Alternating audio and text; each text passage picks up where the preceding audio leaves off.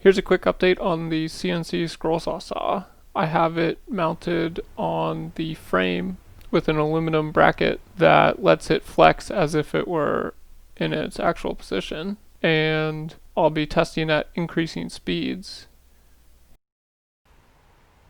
Here's 1 hertz, and you can see at the top of the frame there's a counterweight that moves down as it moves up.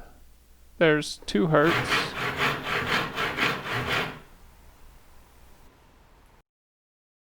Here's 3 hertz, which is already faster than I could go before. And at 4 hertz, we get a bad result. Here you can see the difference in using the counterweight versus not using the counterweight. And here's a little view on the backside where you can see the drive shaft that links the rotation of each end of the saw. Alright, well, I got a bunch more to improve, so hope to have another update soon.